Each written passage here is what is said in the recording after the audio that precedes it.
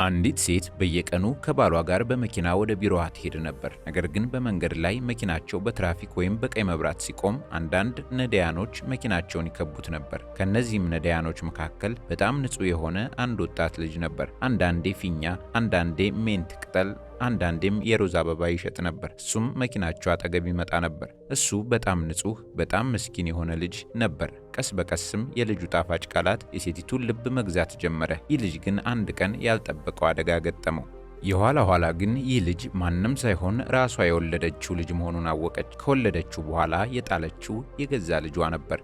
ከ8 ዓመት በኋላም እንዲህ ድህነት አቆራምቶት በመንገድ በመለመን ኑሮን ይገፋ ነበር። ይህ ልጅ እንዲጣል ምክንያቱ ምን ነበር? ምን ነገርስ ተከስቶ ኖሯል? እና አደጋው ከተከሰተ በኋላ ባሏ ይህን እውነት ሲያውቅስ ምን ተከሰተ? ይህ የእናትና የልጅ አሳዛኝ ታሪክ ነው። እንኳን ደስ አላችሁ! የመጀመሪያ ዙር የማስታወቂያ ዋጋ ከ30% ቅናሽ ጋር በመሃል ፒያሳ አራዳና ወዳጅነት ፓርክ ፊት ለፊት ለሽያጭ ክፍት ሆነ። ከ15 ዓመት በላይ በዘርፉ ትልቅ ልምድ ያካበተው ሜሪትስ ፕሮፐርቲ ቀድሞ ለሚመዘግቡ 20 ሰዎች ብቻ በተደረገ 30% ቅናሽ ማለትም ባለ 2 መኝታ በ720 ሺህ ብር፣ ባለ 3 መኝታ በ1 ሚሊዮን ብር በ10% ቅድመ ክፍያ ከ40% የባንክ ብድር ጋር ማግኘት ይችላሉ። ምን ይሄ ብቻ! በልዩነት ለ20 ደንበኞቻችን ታላቅ ቅናሽና በቤተሰብ አሊያም በቡድን ሆኖ ለሚገዙ ደንበኞቻችን ልዩ የቤተሰብ ቅናሽ አቅርበናል። ፈጥነው ይመዝገቡና ከባላዮቹ አንዱ ይሁኑ። ታዲያ ምን ይጠብቃሉ? አሁኑኑ በ0939 04 9839 ላይ ይደውሉ። ይህ ታሪክ ከካራቺ ነው። አንድ ስሙ ሳልማን የሚባል ሰው ነበር። በሴዳር የኮምፒውተር ሱቅ ነበረው። ማሊየር አካባቢ ይኖር ነበር። በየቀኑ ከማሊየር ወደ ሱቁ በመኪና ከባለቤቱ ማሂራ ጋር ይሄድ ነበር። ነገር ግን በመንገድ ላይ መኪናው በትራፊክ ሲቆም በተለይ በሴዳር ብዙ ልጆች መኪናውን ይከቡ ነበር። በአጠቃላይ ሁሉንም መኪናዎችን ይከቡ ነበር። አንዳንዶች ገንዘብ ይጠይቁ ነበር፣ አንዳንዶች ነገሮችን ይሸጣሉ፣ አንዳንዶች መስኮቱን ያጸዱ ነበር። በዚህ መንገድ ከ8 እስከ 10 ልጆች መኪናውን ይከቡት ነበር። አንዳንድ በዕድሜ ጠና ያሉ ሰዎችም አይጠፉም። በመካከላቸው አንድ ስሙ አያን የሚባል ልጅ ነበር። ዕድሜው ከ10 እስከ 11 ይሆናል። ፊኛ ይሸጥ ነበር። አንድ ቀን ማሂራ በሳልማን መኪና ውስጥ እያለች ወደ እሷ መጣ። አያን ማሂራን እየተመለከታት እንዲህ አለ፣ አክስቴ እባክሽ ፊኛ ግዢኝ። ማሂራ ተመልክታው ሳቅ ብላ እንዲህ አለች፣ ፊኛ ምን ያደርግልኛል? አያን እንዲህ አለ፣ ለውድ ልጅሽ ትሰጪዋለሽ። ማሂራ ደግማ ስቃ፣ ልጄ በሚወለድበት ጊዜ ይህ ፊኛ አርጅቶ ይፈነዳል። በዚያ ጊዜ ማሂራ የ6 ወር እርጉዝ ነበረች። አያን ቀጠለ፣ አክስቴ አይፈነዳም። ከዚያ በኋላ ማሂራ እንዲህ አለች፣ በጣም ድርቅ የምትል ልጅ ነህ። እሺ አንድ ፊኛ ስጠኝ። 2 ፊኛዎች ወሰደችለት። ከዚያ በኋላ መብራት ሲለቃቸው ጉዟቸውን ቀጠሉ። ከቀጣዩ 2 እና 4 ቀናት በኋላ መኪናው እንደገና መንገድ ዝግ ሆኖበት ይቆማል። ያን ቀንም አያን ወደ እነርሱ ደግሞ ይመጣል። ግን በዚያ ቀን እስክሪብቶ እየሸጠ ነበር። ማሂራ ወደ እርሱ ተመለከተች እና መስኮቱን ዝቅ አደረገችና ምን ነው ዛሬ ደግሞ እስክሪብቶ እየሸጥክ ነው? ለምን ፊኛ አትሸጥም? አያን እንዲህ መለሰ፣ አክስቴ ፊኛዎቹ እየፈነዱ አስቸገሩኝ፣ እኔም ከሰርኩ። ዛሬ እስክሪብቶ ውሰዱ፣ 10 ፍሬዎች በ30 ሩፒ። ማሂራ እንደ እውነቱ ከሆነ ብዙ እስክሪብቶዎች አያስፈልጋትም ነበር። ነገር ግን ብዙ እስክሪብቶዎችን ገዝታ ከዚያ መንገዷን ቀጠለች። በዚህ መንገድ ቀስ በቀስ በማሂራና በአያን መካከል ጥሩ ወዳጅነት ተመሰረተ። ማሂራ አያንን መውደድ ጀምራለች፣ ምክንያቱም ቃላቶቹ እጅግ ጣፋጭ ነበሩ። እርሱም እጅግ የዋህ ልጅ ነበር። ማሂራ ስትመጣ ሁሌም ከአያን የሆነ ነገር እየገዛች ደግሞም በነፃ በእጁ 100 ወይም 200 ሩፒ ትሰጠዋለች። በዚህ መንገድ እርሷ ልጁን እጅግ መውደድ ጀምራለች። አንድ ቀን ግን እንዲህ ሆነ። መኪናቸው ቀይ መብራት ላይ ሲቆም አያን የለም። ማሂራም እንዲሁ መኪናው ሲቆም አያንን በአይኖቿ ትፈልጋለችና ከልጁ ጋር መገናኘት ትፈልጋለች። ስለዚህ ሁልጊዜ ትጠብቀዋለች። ዛሬ ግን መኪናው ሲቆም አያን የለም። ከዚያ 2 ወይም 4 ልጆች በፍጥነት እየሮጡ መጡና እንዲህ አሉ፣ እመቤት አያንን ፈልገሽ ነው? አያን አደጋ አጋጥሞት ነበር። ይህን ሲሰሙ የማሂራ አይኖች እንባ ቀረራቸው። እርሷም እንዲህ አለች፣ ምንድን ነው የምትሉት? እንዴት አደጋ? ቆየት ብላ ጥያቄዎች አከታተለችባቸው። እነርሱም ከቤት ወደዚህ ሲመጣ መኪና ገጭቶት እንደተጎዳ ከዚያም የገጨው መኪናም አመልጦ እንደሄደ ነገሯት። አያን የሚኖረው በካራንጊ የድሃ መንደሮች ውስጥ ነበር። ይህም ከ2018 ዓ.ም ጀምሮ የቆየበት ነው። ማሂራ ጠየቀች፣ ሁኔታው እንዴት ነው? ልጁ መለሰላት፣ እኛም አናውቅም፣ ነገር ግን የመኖር ተስፋ አልነበረውም። ጭንቅላቱ ተከፍቶ ነበር። ይህን ስትሰማ ማሂራ እባክህ ወደ ቤቱ ልትወስደኝ ትችላለህ? እሺ እመቤት፣ ቤቱ ከቤት ያጠገብ ነው።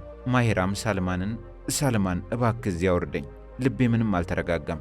ልጁን ላየው ሄዳለሁ አለችው። ሳልማንም እሺ አንቺ ሂጂ፣ እኔ ወደ ሱቅ ሄዳለሁ። ሱቁን መክፈቻ ሰዓት ደርሶብኛል። የሆነ ነገር ከተፈጠረ ደውይልኝ። ማሂራ ከልጁ ጋር በባጃጅ ወደ ካራንጊ ሄደች። እዚያ ደርሳ አንድ በዕድሜ ጠና ያሉ እናት ተቀምጠው ተመለከተች። እርሳቸውን ስታይ ማሂራ በድንጋጤ ደርቃ ቀረች። ምክንያቱም ሴትየዋን ጠንቅቃ ታውቃታለች። በዕድሜ ጠና ያሉት እናት ማሂራን እንዲሁ አውቀዋት ኖሮ ዓይናቸው እምባዘለ። ሴትየዋም እንዲህ አሉ፣ ልጅሽን ማትረፍ አልቻልኩም። ይህን ስትሰማ ማሂራ ይህ ልጅ አያን ነበር ብላ ጠየቀች። ሴትየዋም አዎ አለቻት። ይህን ስትሰማ ደረቷን እየደቃች ምርር ብላ ማልቀስ ጀመረች። እንዲህም አለች፣ ልጄ ከ8 ዓመት በኋላ ከኔ ጋር ተገናኘ። እርሱ በዚህ ሁኔታ እየተሰቃየ ነበር። ላውቀው አልቻልኩም ነበር። ምን አይነት ዕድለ ቢስ ነኝ! ሁኔታውስ እንዴት ነው? ላየው ፈልጋለሁ። አጠገባቸው የነበረችው አንዲት ሴትም እንዲህ ብላ ጠየቀች፣ ይህቺ ሴት ማን ነች? ከዚያ የአያን አያትም እናቱ ናት ብለው መለሱላት። ይህን ሲሰሙ ሁሉም ደነገጡ። ታሪኩን ከጅማሮ አላወቁትምና ይህንን ሊያምኑ አልቻሉም። ማሂራ ያዙኝ ልቀቁኝ እያለች የአያንን ስም እየጮኸች እየጠራች ታለቅስ ነበር። ይህን ታሪክ በደንብ ለመረዳት ትንሽ ወደ ኋላ መመለስ አለብን። ጊዜው 2018 ነበር። ማሂራ ከላሆር የመጣች ወጣት ነበረች። እሷ 18 ወይም 19 ዓመት ሲሆናት ራሺድ ከተባለ ወጣት ልጅ ጋር በፍቅር ወደቀች። እነርሱም መጋባት ይፈልጉ ነበር፣ ግን የማሂራ ቤተሰብ ይህን ጋብቻ ይቃወሙ ነበር። ብዙ ሊያስረዷት ሞከሩ። ማሂራ ግን ልትሰማቸው አልፈለገችም። እሷም ራሺድን አግብታ ከእርሱ ጋር መኖር ጀመረች። ከ1 ዓመት በኋላ ልጅ ተወለደ። ስሙን አያን አሉት። ነገር ግን ከ1 ዓመት በኋላ ማሂራ ራሺድን ማግባቷ ትልቅ ስህተት እንደሆነ ተረዳች። ራሺድ ከአደገኛ ጋንግስተሮች ጋር ይሰራ ነበር። አንድ ቀን ማሂራ ብዙ ልታስረዳው ሞከረች። ራሺድ ግን ወይ ፍንክች አለ። ከዛም ጠላቶቹ እሱን ገደሉት። ማሂራ እንዲህ ያለ ነገር አንድ ቀን እንደሚፈጠር ቀድማ ታውቅ ነበር። እሷም እንዲህ አለች፣ እሺ ልጅ አለልኝ፣ ከእርሱ ጋር ሕይወቴን እገፋለሁ። ግን ከጋብቻዋ 2 ዓመት ከግማሽ በኋላ ከእርሷ ጋር አይነጋገሩ የነበሩት ወላጆቿ መጥተው ያስረዷት ጀመር። እነርሱም እንዲህ አሏት፣ ልጃችን የተፈጠረውን ሁሉ እርሺው፣ ገና ወጣት ነሽ፣ እኛ አሁንም ቢሆን እንድርሻለን። ግን ቅድመ ሁኔታው ልጅሽን ከነመፈጠሩ መርሳት ነው። ማሂራም አለች፣ ልጄን መተው አልችልም። እነርሱም ግን ይህ ልጅ እንዳለ ከታወቀ ማን ያገባሻል? ማንም አያገባሽም። አንቺን እኛ እንደርሻለን፣ እኛ ደግሞ ይህን ልጅ እናሳድገዋለን። ደግሞም ምንም ቢሆን ስጋችን ነው። ማሂራ ከብዙ ማቅማማት በኋላ አያንን ከወላጆቿ ጋር ጥላ ሄደች። ስትወጣም በጣም ከማልቀሷ የተነሳ ሁሉም አልቅሰው አብረዋት አዝነው ነበር። ወላጆቿ ከእርሷ ጋር ለማጋባት ጥሩ ወጣት ልጅ አግኝተው ነበር። ስሙም ሳልማን ነበር። እነርሱም ተገናኙና ጋብቻቸውም ተሰረገ። ነገር ግን የማሂራ የህይወት ታሪክ በድብቅ ተይዟል። የሳልማን ቤተሰብ ማሂራ ከዚህ ቀደም አግብታ እንደማታውቅ ነው የተነገራቸው። ሳልማን በካራቺ ይኖር ነበር። ቤተሰቡ እጅግ የተማሩ ነበሩ። ሳልማን ማሂራን በማግባቱ እጅግ በጣም ደስተኛ ነበር። ምክንያቱም ማሂራ በጣም ውብ እንዲሁም ሕይወት ደህና አድርጎ ያስተማራት አስተዋይ ሴት ነበረች። ሳልማን ማሂራን እጅግ ይወዳት ነበር። ከጋብቻ በኋላ በእነርሱ ሚሊዮኖች በሚያወጣ አፓርታማ ውስጥ መኖር ጀመሩ። ሳልማን በሴዳር ላፕቶፕ ሱቅ ነበረው። ማሂራም ከእርሱ ጋር ወደ ሱቅ ትሄድ ነበር። ሁለቱም ሱቁን ያስተዳድሩ ነበር። አንዳንድ ሰራተኞችንም ቀጠሩ። ገቢያቸውም ጥሩ ነበር። ግን ማሂራ ሕይወቷ በጥሩ ሁኔታ እየሄደ እያለ በልጇ አያን ሕይወት ላይ ከባድ ዱብዳ መጣ። የአያን አያት ሞተ። ቤተሰቡም እንዲህ አሉ፣ ይህ ልጅ እናቱ ጥላው ሄዳለች። ለምን በዚህ ሁኔታ ትቸገሪያለሽ? ይህ ልጅ ለጉዲፈቻ ስጪው። ግን የአያን አያት አይ ይህ የልጅ ራሺድ ማስታወሻ ነው፣ አልሰጠውም አሉ። የቤተሰቡ አባላት በየቀኑ በዚህ ምክንያት ይጣሉ ነበር። አንድ ቀን የአያን አክስት በዚህ ልጅ ምክንያት ብዙ ችግር እንደተፈጠረ አየች። እሷም እናቴ ችግሩ ብዙ ከሆነ ልጁን ለኔ ስጭኝ፣ 2 ልጆች አሉኝ፣ እኔ ወደ ካራቺ ወስጄ አብሬ ያሳድገዋለሁ አለቻቸው። ግን የአያን አያት አይ ማንንም አላምንም አለች። ከእሷ ጋር መኖር እንደሚቀጥልም አበክራ ተናገረች። አክስትየውም እሺ አንቺም ከኔ ጋር ትመጫለሽ፣ እኔ የምበላውን እየበላሽ አብረሽኝ ትኖሪያለሽ። አያንም ከአያቱ ጋር ወደ ካራቺ መጣ። አክስትየውም በካራቺ ትኖር ነበር። እሷ ዝቅተኛ ስራዎችን እየሰራች ሕይወቷን ትገፋ ነበር። ቀስ በቀስ ጊዜው ነጎደ። አያን 8 ዓመት ሲሆነው ዕድሜ ኩዮቹ ገንዘብ ሲሰሩ አስተዋለ። ጠየቃቸው፣ ገንዘብ ከየት ታመጣላችሁ? እነርሱም በካራቺ መንገዶች ላይ እንቆምና መንገድ ሲዘጋጋ ጠብቀን ወደ መኪናዎች እንሄዳለን፣ ከዛ ገንዘብ እንለምናለን። ይህ ሐሳብ ታዲያ በአያን ልብ ውስጥ ገባ። አያቱ ጤናዋ ጥሩ ሁኔታ ላይ አልነበረም። የአክስትየውን ባል ጠጪ ሰው ነበር። በየቀኑ ጭቅጭቅ ነበር። እኔም ከእናንተ ጋር እሄዳለሁ አላቸው አያን። አያቱ ግን ገንዘብ መለመን መልካም አይደለም፣ አትሂድ ብለው ከለከሉት። አያንም አያቴ እኔ ገንዘብ አልለምንም፣ አንዳንድ ልጆች ዕቃ ይሸጣሉ፣ እኔ ደግሞ ፊኛዎችን እሸጣለሁ። ከዛም ፊኛዎች ገዛ እና በሴዳር ውስጥ መንገድ ሲዘጋጋ እየጠበቀ ፊኛዎችን መሸጥ ጀመረ። አንዳንድ ጊዜ ሜንት፣ አንዳንድ ጊዜ ደግሞ ሮዝ አበባ ይሸጥ ነበር። በዚህን ጊዜ አያን ከማሂራ ጋር ተገናኘ። ማሂራ ልጇን በጣም ትናፍቅ ነበር። ብዙ ጊዜ ብቻዋን ትቀመጥና ታለቅስም ነበር። ነገር ግን ለማንም አትናገርም። ወላጆቿም እንዲህ አሏት፣ የአያን ስም ከአፍሽ እንዳይወጣ፣ አለዚያ ሀገር ምድሩ ያውቅብሻል። ስለዚህ አያንን በልቧ ብቻ ታስበው ነበር። የአያንን አድራሻ አታውቅም። ብቻ ወደ እናቷ ቤት በምትሄድ ጊዜ አያን ከአክስትየው ጋር መሄዱን ትሰማ ነበር። ስለዚህ ከእርሱ ጋር መገናኘት አትችልም። የአያን አያት በልጇ ስም ራሺድ ብላ ትጠራው ነበር። በዚህ መንገድ አያን ሳያውቀው በየቀኑ ለእናቱ ይሸጥላት ነበር። ግን ማሂራም እሱን አላወቀችውም። ከ8 ዓመት በኋላ ወንድ ልጇ ትልቅ ልጅ ሆኖ ነበር። በፊት ንጹሕና ጽድት ያለ ልጅ ነበር። አሁን ግን በቆሻሻ ልብስና በአሳዛኝ ሁኔታ ላይ ነው። ስለዚህም ማሂራ ልጇን መለየት ተስኗት ነበር። ስሙንም ጠየቀች፣ የሚኖርበትንም ቦታ። አያን አላት።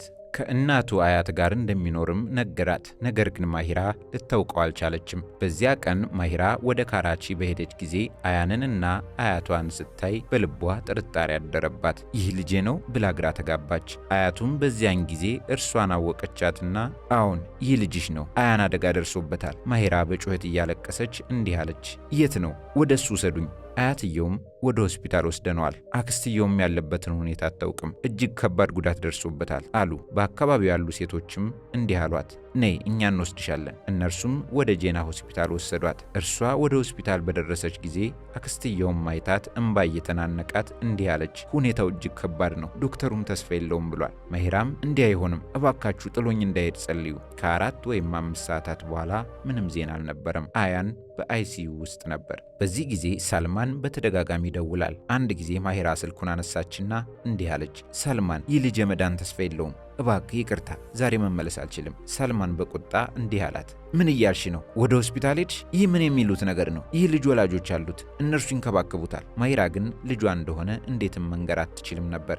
ስለዚህ ሳልማን አሁን ልነግርህ አልችልም ብላ ስልኩን አጠፋችው። ከዚያ በኋላ 2 ቀን አልፎ በ3ኛው ቀን ዶክተሩ መንቃት ከቻለ ይሻለዋል፣ ካልሆነ ግን ምንም ማድረግ አይቻልም። በ3ኛው ቀን ዶክተሩ እንዲህ አለ፣ ልጁ ነቅቷል፣ ሁላችሁም መጥታችሁ ማየት ትችላላችሁ። ይህን ዜና ሲሰሙ ሁሉም ተቃቅፈው አለቀሱ።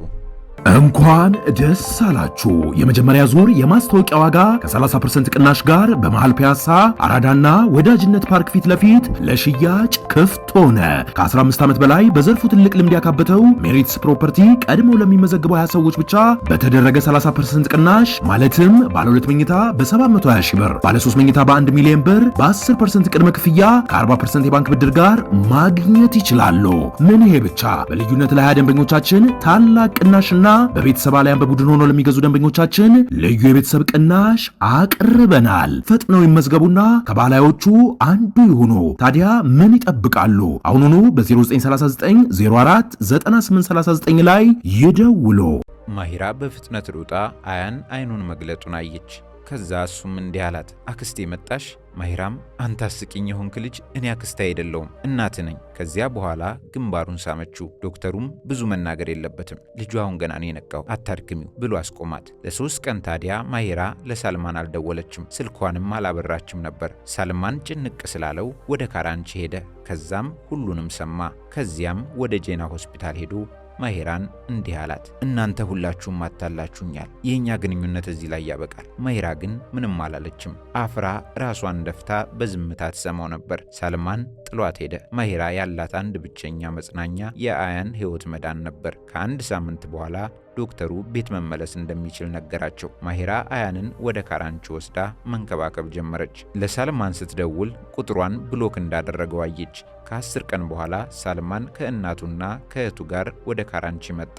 እነርሱን እንዳየች ማሂራ በጩኸት ማልቀስ ጀመረች። የሳልማን እናትም እንዲህ አለች፣ አታልቅሽ ልጄ፣ አታልቅሺ፣ ወደ ቤት ነይ። ማሂራም አይ አሁን ልጄን አልተውም። እነርሱም እንዲህ አሏት፣ ማን ነው ተይው የሚልሽ? አንቺም ልጅሽም አያቱም ጭምር አብረን እንመለሳለን። ሳልማንም እንዲህ አላት፣ እኔም ያላንቺ መኖር አልችልም፣ ነይ ተመለሺ። ከዚያም ሁሉም አብረው ተመለሱ። ይህ ነገር በ2018 ዓ.ም ተከሰተ። ከዚያ በኋላ 8 ዓመታት አለፉ። በዚያ ጊዜ ማሂራ የ6 ወር ነፍሰ ጡር ነበረች። ከ3 ወራት በኋላ ወንድ ልጅ ወለደች። ከ2 ወይም 3 ዓመት በኋላም ሴት ልጅ ወለደች።